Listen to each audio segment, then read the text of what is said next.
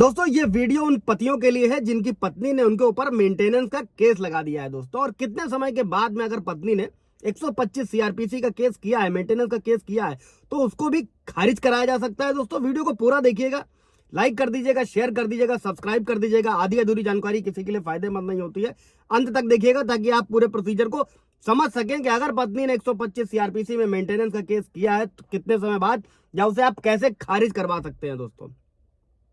दोस्तों अगर पत्नी पति से अलग होने के 3 या 4 साल बाद केस करती है तो केस को खारिज करवाया जा सकता है दोस्तों। इसी तरीके से अगर पत्नी पति से अलग होने के बाद में 1 साल बाद केस करती है तो उस केस को भी आप खारिज करवा सकते हैं दोस्तों।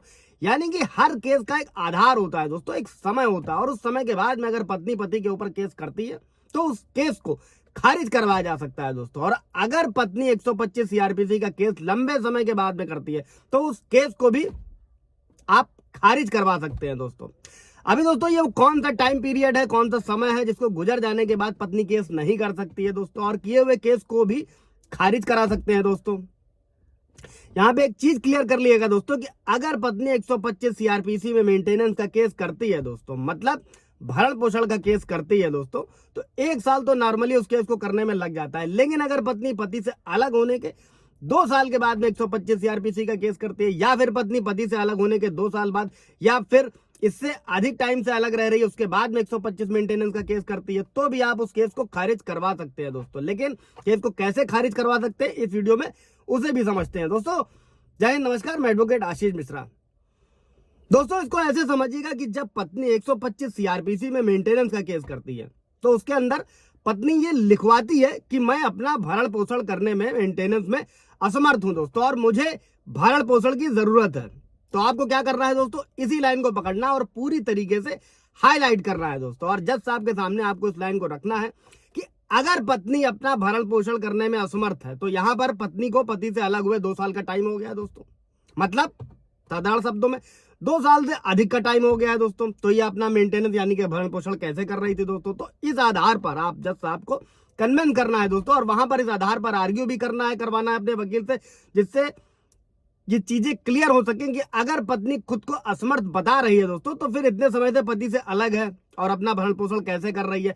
अगर आपके पास ये 2-3 एविडेंस होंगे दोस्तों तो इन एविडेंस को आप कोर्ट में सामने रख सकते हैं और इन एविडेंस पे और साबित कर सकते हैं। और अगर पत्नी कहीं जॉब करती है, मतलब नौकरी करती है, तो आप उससे रिलेटेड भी सबूत रख सकते हैं दोस्तों कि पत्नी असमर्थ नहीं है, देखो वो जॉब कर रही है, वो समर्थ है। और इस पर सुप्रीम कोर्ट का भी जजमेंट है दोस्तों कि अगर पत्नी कमाऊ है तो मेंटेनेंस देने की जरूरत नहीं है दोस्तों।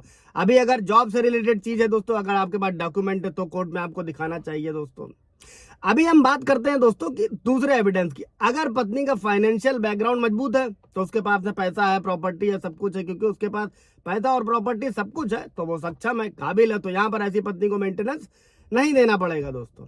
और अगर आपके पास इस संबंध में कोई डॉक्यूमेंट है, कोई एविडेंस है, तो वो आपको कोर्ट में दिखाना चाहिए दोस्तों। और तीसरी बात क्या है दोस्तों कि अगर आपकी पत्नी के साथ, अगर पत्नी आपकी किसी के साथ में रिलेशनशिप में रह रही है, मेरे कई सारे व्यूवर्स का भी ये सवाल रहता है दोस्तों कि वो अभी एक रिसेंटली भी एक व्यूवर्स ने पूछा था कि सर वो अपने बॉयफ्रेंड के साथ रह रही है, अडल्ट्री में रह रही है और मेंटेनेंस मांग रही है दोस्तों।